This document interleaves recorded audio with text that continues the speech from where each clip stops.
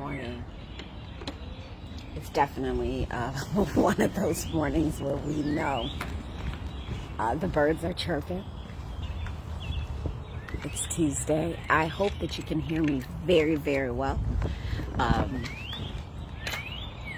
It's Jackie Glass Mama, Navy vet, certified doer, and delegate for the House of Delegates, 89th District, your laced up legislator. And we're back outside. Hey Clifton, let me know if you can hear me okay. I'm trying. I just finally decided to get a pair of headphones so that maybe while I'm walking, folks can hear me a little bit better. I'm so grateful. Yesterday, as many of you guys know, we spent time in Richmond yesterday. Part of what our goal was to get started on this budget. So yesterday I was up in Richmond, and I know many of you I know some of y'all might be truck drivers and things like that, or used to driving.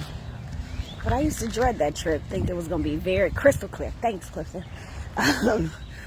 But it's a quick turn, we knew.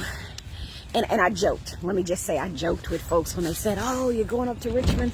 I'm gonna go do good work." And I say, "No, I'm going up to Richmond because we're gonna waste some taxpayers' money."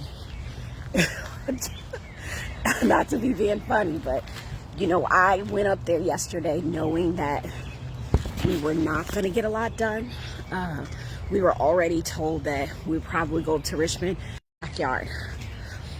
As a Commonwealth, we still don't have a budget. Typically, like I said, during session, when we're up there, those 8 weeks y'all are paying for us to be up there, to get lost together and get stuff straight. Grand rising. Good morning. All right, there we go. So there I go. Didn't disconnect from internet. Nobody beat me up. Typically, we get it done. If it doesn't, then they have these people that are called conferees. Conferees are people that... as a matter of fact, I'm going to grab a paper for you all to see. Conferees are the people that are chosen to work together to get a bill done. So, for example, I think I explained this before, but we're going to do it again because it's important to know. I had a bill, House Bill 1282 or 1282 or something like that.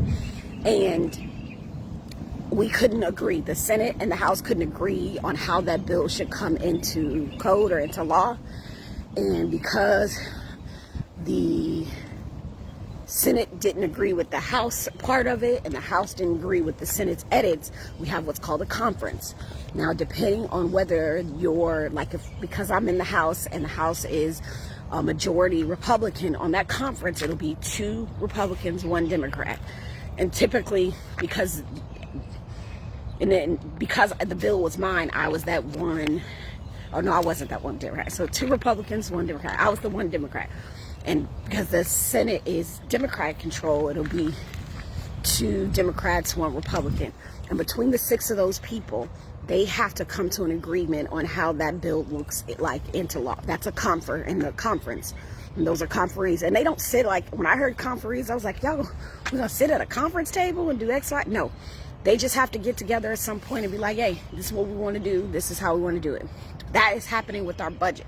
Because remember, as I told you, the budget is a bill. The budget is a whole bill. And there's 2 bills. House Bill, for us, it's House Bill 29 and 30. And the budget has to get passed just like any other bill. However, the Senate has their budget, and the budgets are looking way different from one another. Let me see if I have this when I walk into the house. Because I'll tell y'all, I walked in here and I just threw everything down and and tried to get going because I had a lacrosse game to get to. And I think y'all know how that is when you're running from place to place. It's not within my sight, so I'm not going to worry about it. When you're running from place to place and you still got to show up for the people that's going to be around when all of this stuff is gone. All right, so what's the problem, right? I guess what's the problem with the budget? Here it is. Well, what's the problem with yesterday? So going up there with no legislation and no budget, meaning the conferees hadn't talked to each other at all. Like, they hadn't had any conversation. So it was really just procedural. Going up there was just, y'all pay for that gas. And that's what I was driving up there. I was like, my neighbors and I are paying for the gas of all these legislators to come up here for an hour and go back home, when we know the people that are supposed to be working on the budget haven't had conversations with each other. Typically, we go up there once they've sort of had an agreement. Then we go up there when we know we're ready to sort of vote on the budget. That did not happen this time. There was talks that the governor was going to send legislation down, meaning he was going to send a bill down regarding the gas tax. If you haven't been following the gas tax situation, we've got two different ideologies on what the gas tax should look like, from what we've been hearing, and this is kind of bogus. I'll tell you what happened yesterday. Is that from what we know is there's one ideology that says, hey, let's do a gas holiday relief and suspend the gas tax for 3 months. There's another ideology, and so the tax will be suspended, but the benefit of that tax spending, you and I will not directly benefit from the tax being suspended. Do you know what I'm saying? The majority of the benefit will go to like the oil companies and stuff of that tax being suspended, because the gas prices don't necessarily have to be as high as they are now. We see in North Carolina, we pay a lot of their gas tax. They have that same situation over there where the gas tax is lower. There's another ideology that says, yo, this is what we need to do. If we're going to do anything about gas, we need to send out gas rebates to everyday citizens, because y'all been paying for this gas at a ridiculous price that it doesn't actually have to be. So what we should do is give the people a gas rebate. And so these two different ideology, and you can guess which one is which. You will know as your representative, I do not find joy in pointing fingers at parties. I got into party politics to do politics and policy better for people. So you will not hear me pointing one way or the other like that, because that's just not how I roll, unless it has to be, right? I think people should own their stuff, because the ideology of that is shared often sometimes by people across different parties. So rebate or suspension of tax, I'm for that rebate. I think you should have money in your pocket, period. Like that's it. So there's a gap. Anyway, we won't get into that. So what's happening is I'm looking at my notes, because we get up this morning and we get to going. I get that right now we are working in if I'm in the military mindset, oftentimes you get leadership. I remember getting a new chief, and that's like the head of our little division. We got a new chief, and he wasn't in our job rating, right? He was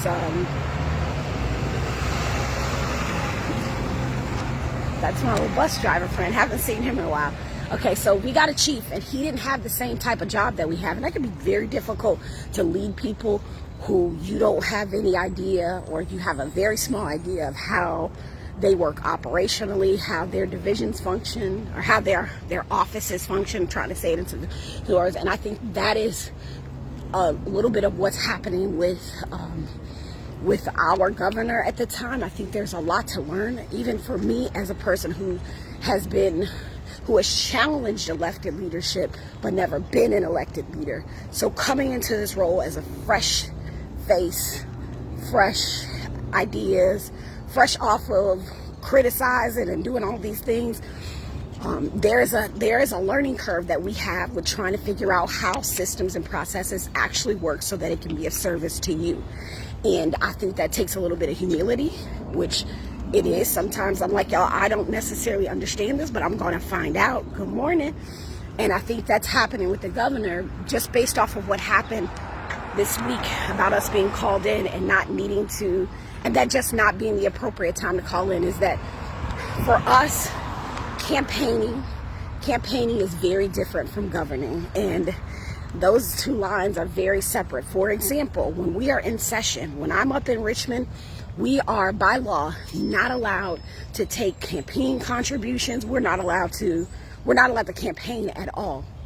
And I think that there's a misunderstanding right now for the executive branch, at least the leadership at the executive branch, because I've talked to some of the secretaries of the folks in the cabinet, and there are some people that I'm really yes, let's get some stuff done with.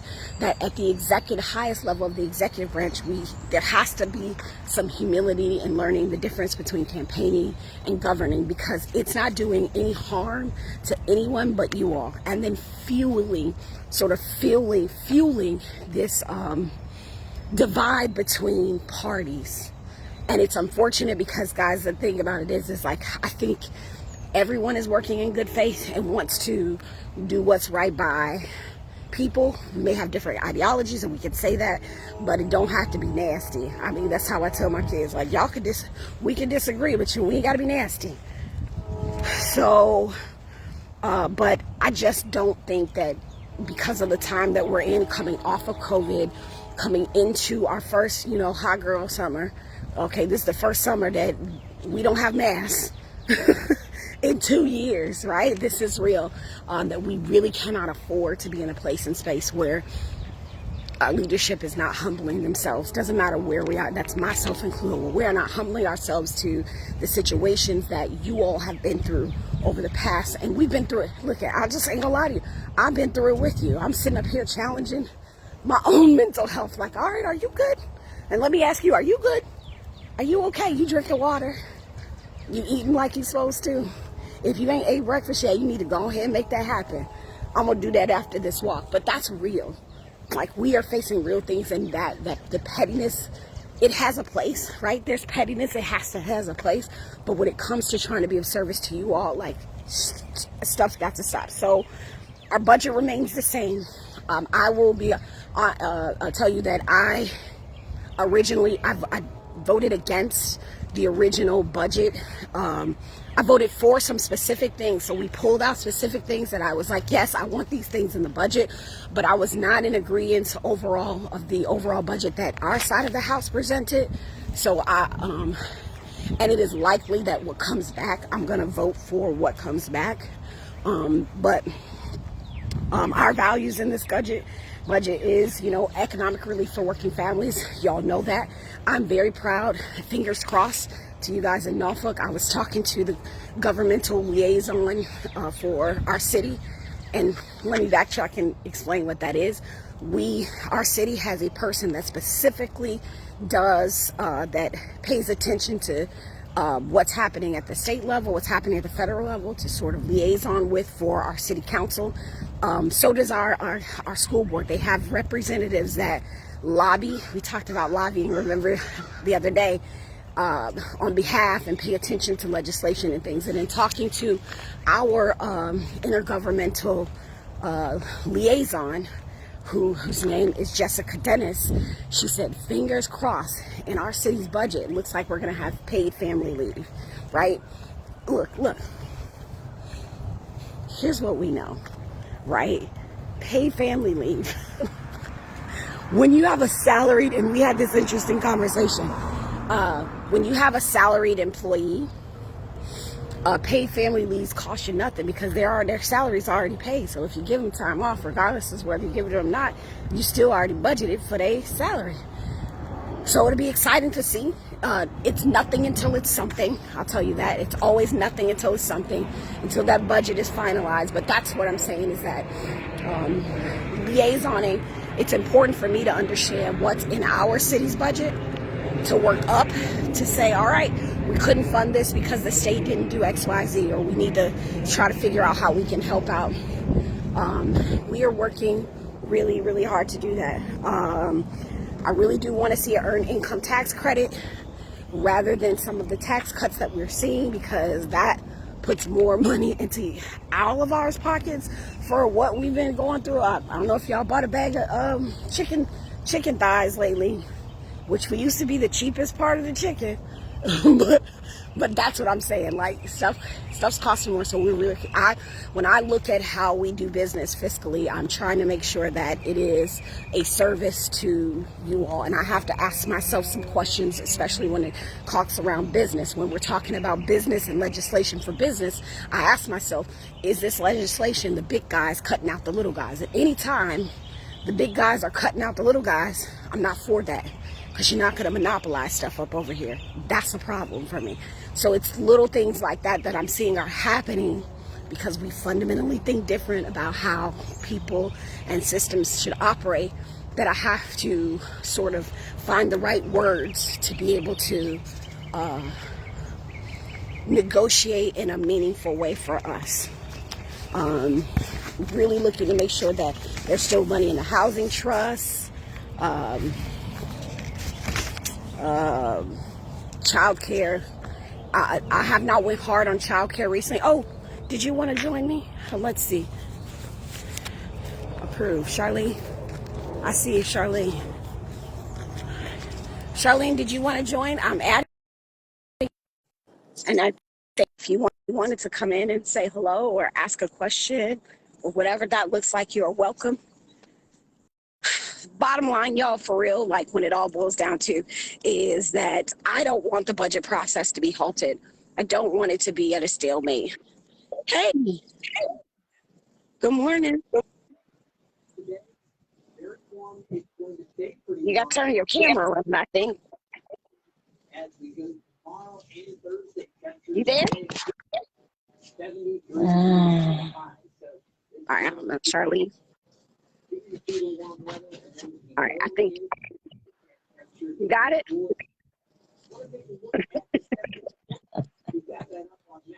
All right. I don't know if Charlene into we'll see. Okay.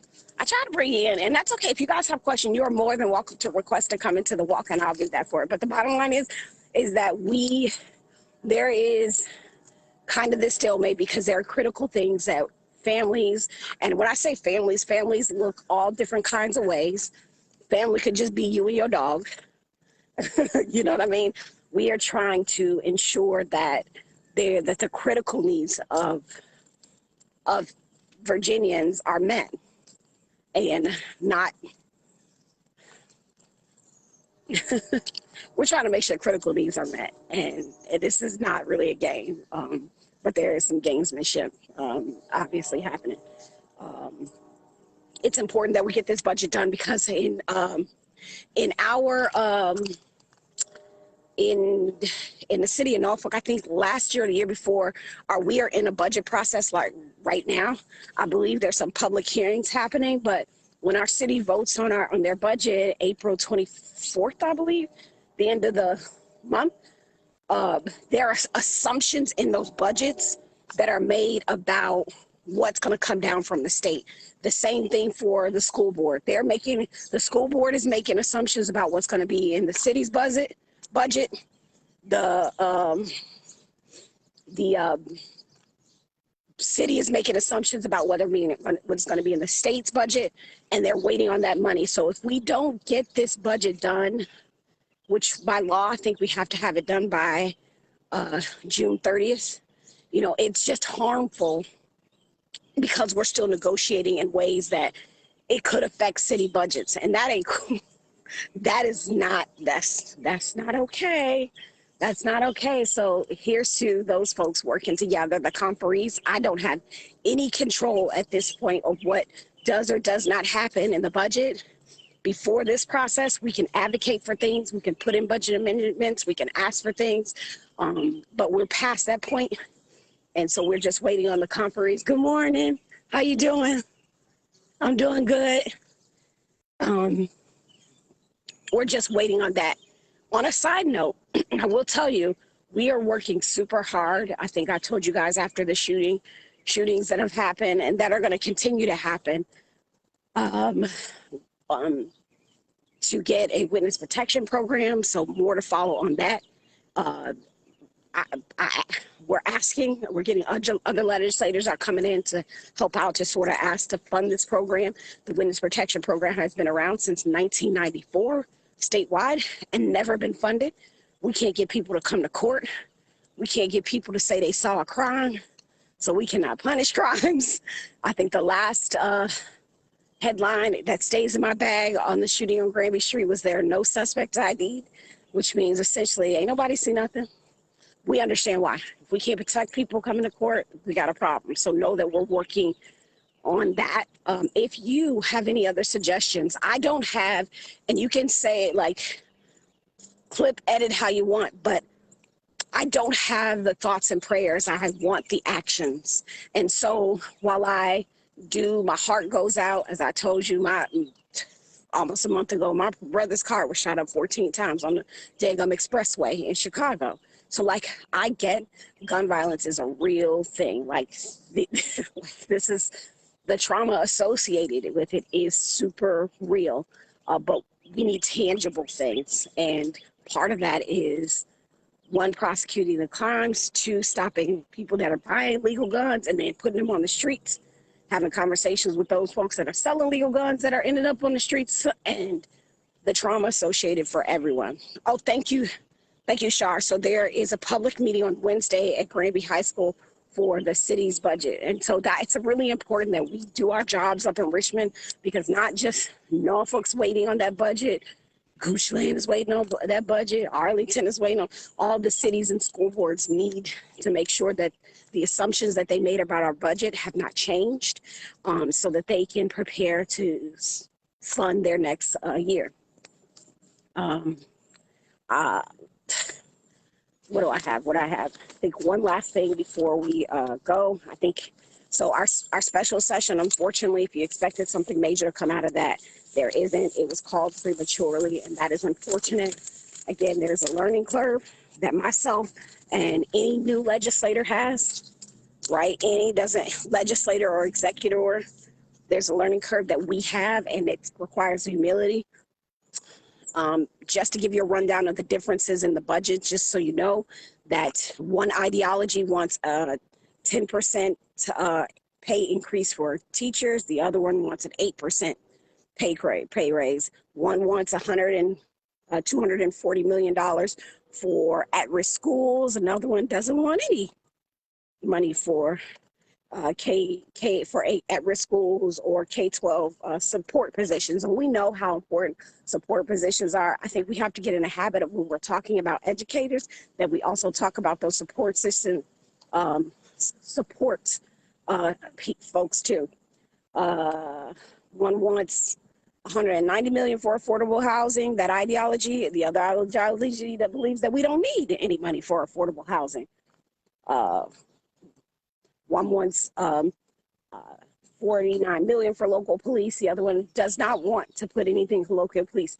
There is, however, and I remember hearing this, our governor saying this, and I just will say it face to face. I've said this to him too, that he wants to use ARPA funds, $100 million worth of ARPA funds, to provide funding to police departments, only if said police department increased their funding already. Trash. So I said, if we're gonna continue to increase funding, we also have to increase accountability. I just don't know that that's the best use for one-time funds. I believe that just like educators, we need to pay our police more, because we're asking these folks to be the ones that to mitigate conflict, but we're not paying them as such. And the earned income tax credit is a huge piece of this, about making sure that you have money. So bottom line is there's a lot of conversations still to be had. I will be hosting a town hall at the end of the month. I believe it's the 24th of April, but I will make sure that information is out there. I will be also hosting a conversation talking about taxes, because here's what I learned being up there, is that I don't know. I mean, like, I know I pay my taxes. You know, you pay your taxes. But there's a deeper understanding of what the taxes fund that I think we all need to have. Like, we all need to have sort of shared ideology or shared understanding of what that means. Because when I heard tax cuts, I was like, shoot, people need relief. They need relief. But then not having a clear understanding of what the sacrifice is with that. And then when you don't understand the sacrifice, you can't hold me accountable for what stops the sacrifice that you're making. You can't say, like, for example, the gas tax. We'll say that one because that's the hot button item right now. And I could be like, yeah, let's do it. Let's get rid of the gas tax, right? If I said that, right, then I am also taking funding away from road maintenance. And so when the highways are now jacked up, and there's certain things can't fund public transportation or maintenance to the streets, and you're like, Jackie, why is this happening? Or Delegate Les, or whatever you want to say, why are y'all not taking care of X, Y, and Z? And I have to say, oh, that's because we suspended the gas tax and we don't have. So making sure that when we talk about taxes and we talk about tax cuts, that we understand what cuts are coming to other streams of funding, but also where can we supplement? Because there are ways for us to supplement, right? There are ways to push and pull to make sure that we're not completely snatching funding away from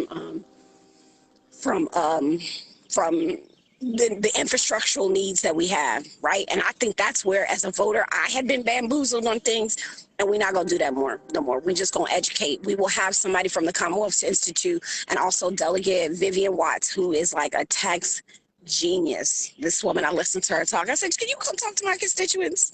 And she said, yes. So we're going to make that happen. So Denise says, yes, my nephew was murdered in Philadelphia several years ago. We have to give gun violence under control funding for. Yeah, it is. We have to change the culture around what it means to participate in these sort of processes, and also what it means, what it means to be safe, right? And not feeling like you are a change agent and saying, I don't want this happening in my backyard because you're afraid for your life of what happens, or having to go along and get along because of ignorance, right? I've made decisions based off of ignorance, whether it was local governance ignorance, whether it's state level or federal level ignorance. I've had opinions that I have since changed because that opinion did not align with what I truly believe, because I didn't have a full understanding of what actually was happening. And that's what we're going to do a better job at. I'm trying to make sure that there is nothing else. Oh, we have a Tesla dealership here now. I went to the opening for our new Tesla dealership here in Norfolk. It's on Little Creek. So if you get a chance, or it's on Military Highway. It's on Military Highway. I think, yeah, it's on Military Highway. That's where it is, near Little Creek. So just as we bring in new industry, I think that's amazingly great for our city, and I think that there is some hard work going, but we always can do better, and that's what we aim to do every single day that we're in these spaces and places. So I'm going to express gratitude to you for affording me with the opportunity to be a legislator and to serve. And I know we're going to do good work together, because I'm going to learn from you. You're going to learn from me. We're going to hold each other accountable. We're going to do them ABCs, right? A, accountability, B, boldness, and C, coalition building, because I need you. And so if you haven't signed up for a policy work group, do it. Those policy work groups are going to start over the summer. So that's what you need to be on the lookout for. Other than that, it's Jackie Glass, Mama and Navy Vet certified doer, and your laced up legislator, the delegate for the 89th district. I look forward to talking to you all soon. I do not know when elections are happening for this position, but I do know we will be ready to run when it does happen. So that's been the question. We're still waiting. I'll leave with that. We're still waiting on the court case to be decided. When we know, you'll know, and then we'll know when we have to do this all over again. I hope that you all, and it'll be well worth it. It'll be worth it. It'll be worth it. Running again will be worth it. I hope you all are able to make it a great day. Take care.